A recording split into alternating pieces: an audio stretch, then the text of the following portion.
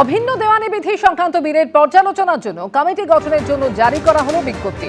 Supreme কোর্টের অবসরপ্রাপ্ত বিচারপতি রঞ্জন প্রকাশ দেশাইয়ের নেতৃত্বে 9 সদস্যের এই কমিটি এবং এই কমিটি খতিয়ে দেখবে অভিন্ন দেওয়ানি বিধির খসড়া বিলের খুঁটিনাটি।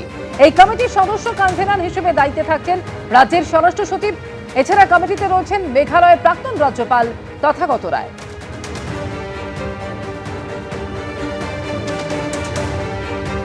हाँ, ये हमारी सुप्रीम कोर्ट का रिटायर्ड जस्टिस रंजना देसाई का कमेटी हो गया है।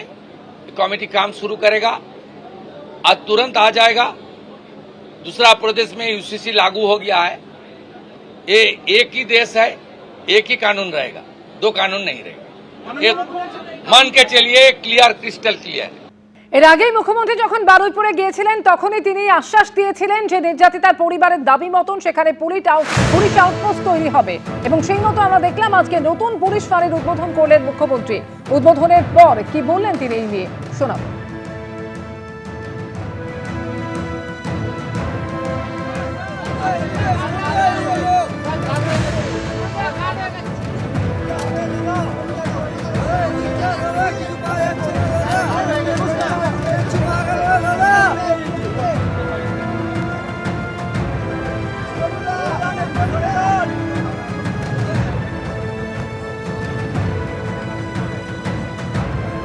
ওই ছোট্ট বাচ্চা মেয়েটির পরিবার আমার কাছে মঙ্গলবার দিন এসপি অফিসে অনুরোধ, আমি বলবো না, যুক্তিগ্রাহ্য একটা সাজেশন দিয়েছিল যে আমার তো আর আদরের কন্যা ফিরবে না, সূর্যপুরে একটা আউটপোস্ট বানান।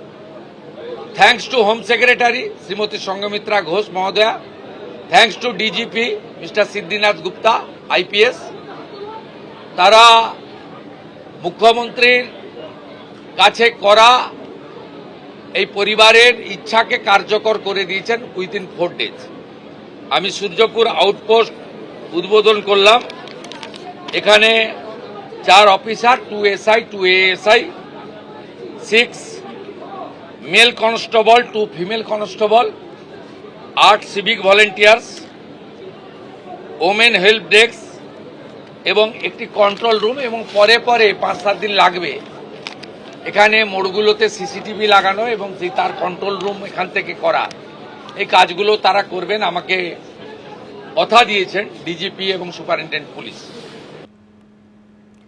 কামদুনি মামলায় অভিযুক্তদের বারাসাত কোর্টে মৃত্যুদণ্ড হয়েছিল। হাইকোর্টে 16টি পিপি পরিবর্তন করে ঠিকঠাক মনিটরিং হয়নি। সুপ্রিম কোর্টে গিয়েছিল কামদুনির নির্যাতিতার পরিবার। বারুইপুর থেকে কামদুনি প্রসঙ্গে মন্তব্য মুখ্যমন্ত্রীর।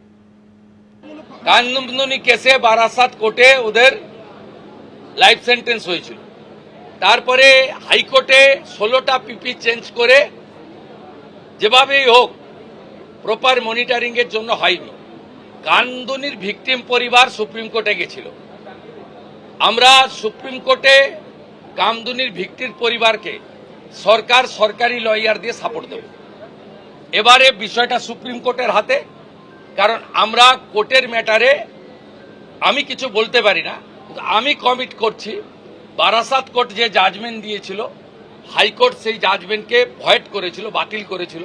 তার এগেনস্টে অ্যাগ্রিভড লোকেরা বাদী সুপ্রিম কোর্টে গেছে।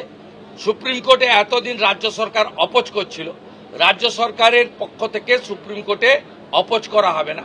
আমি যেমন home minister, Lord judicial minister also, I will convey my message to আমাদের স্ট্যান্ডিং কাউন্সিল যারা আছে তাদেরকে আমি কনভে করব। আপনি রেস্ট অ্যাসিওর থাকুন, এসব ক্ষেত্রে পশ্চিমবঙ্গ সরকার কোনো ত্রুটি রাখবে না।